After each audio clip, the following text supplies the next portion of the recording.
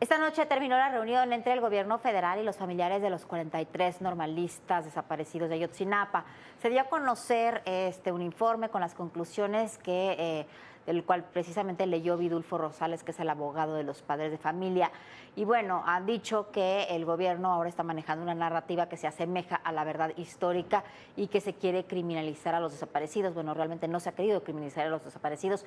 Se quiere decir que hubo un pleito entre grupos del narcotráfico donde acabaron engañados y asesinados estos jóvenes. Hoy los normalistas, en consecuencia de este encuentro, vandalizaron el Centro Nacional de Inteligencia de la Ciudad de México.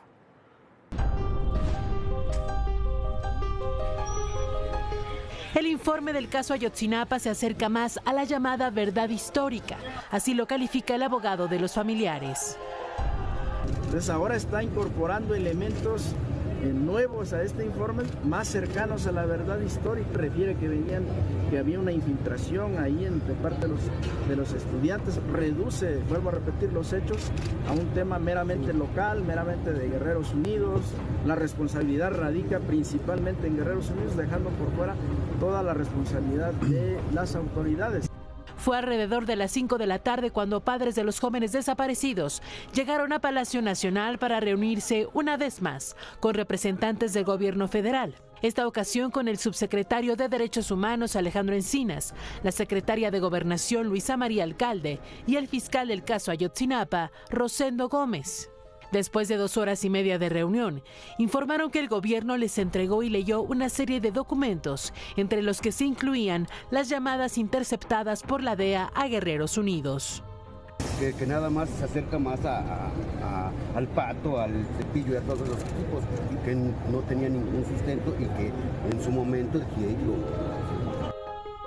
Los padres exigían que el ejército entregara la información sobre una llamada que habrían intervenido entre un miembro de Guerreros Unidos y un jefe policíaco. Aseguran que el grupo interdisciplinario de expertos independientes, el GIEI, les ha dicho que hay información que el ejército no ha entregado sobre conversaciones telefónicas intervenidas donde se revelaría el destino de los jóvenes. El miércoles 20 de septiembre, el presidente López Obrador se reunió en privado para presentarles un balance de las investigaciones. Sin embargo, los familiares solicitaron la información que aseguran tiene el ejército. La Secretaría de Defensa ha entregado toda la información, pero los padres insisten en que falta información. Por la mañana, normalistas vandalizaron con petardos, cohetones y bombas Molotov las instalaciones del Centro Nacional de Inteligencia en la alcaldía Magdalena Contreras de la Ciudad de México.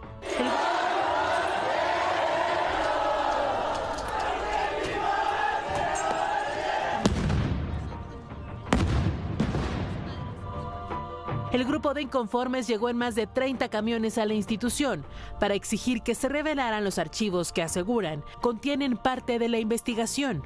El incidente ocurre a un día de cumplirse 9 años de la desaparición en Iguala, Guerrero, de los normalistas de Ayotzinapa.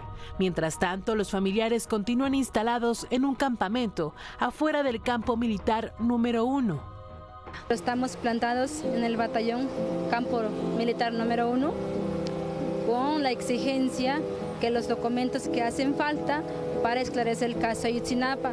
Lo cierto es que los mensajes que piden los padres de los normalistas, las conversaciones que la DEA entregó al gobierno mexicano y los testimonios de los autores materiales coinciden plenamente con los resultados divulgados. El asesinato de los jóvenes de Ayotzinapa fue consecuencia de la corrupción, la violencia y la impunidad con la que actúa el crimen organizado en complicidad con autoridades municipales y estatales.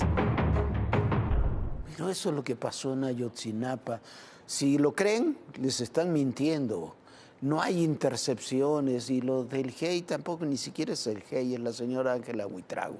Los demás ya no están, no han estado en México, ya se fueron, ya presentaron su informe, donde dicen que hay otras llamadas y hay otras cosas.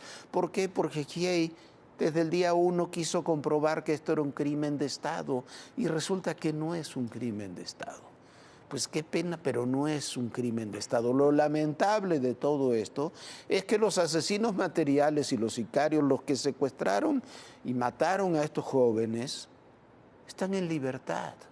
porque fueron dejados en libertad por una decisión de la Fiscalía Especial para el caso, la anterior Fiscalía Especial para el caso, que no quiso apelar las decisiones de un juez que argumentó que habían sido torturados. No quiso presentar ninguna apelación.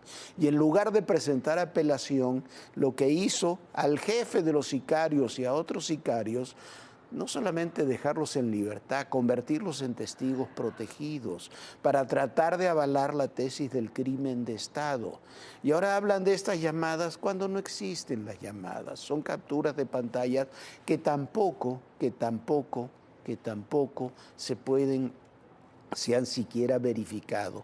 Dentro de las que había mostrado hace un año Alejandro Encinas, encontramos que muchas de esas capturas de pantalla eran capturas de pantalla que eran lisa y llanamente falsas. Eso lo reconoció Alejandro Encinas ante una entrevista ante el New York Times.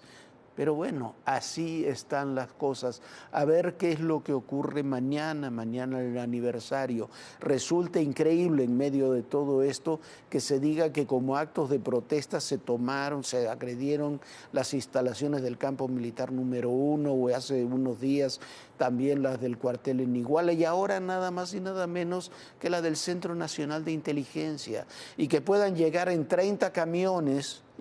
No son manifestantes, son vándalos que cometen este tipo de acciones y una vez más, como pasa con casi todo, no ocurra absolutamente nada.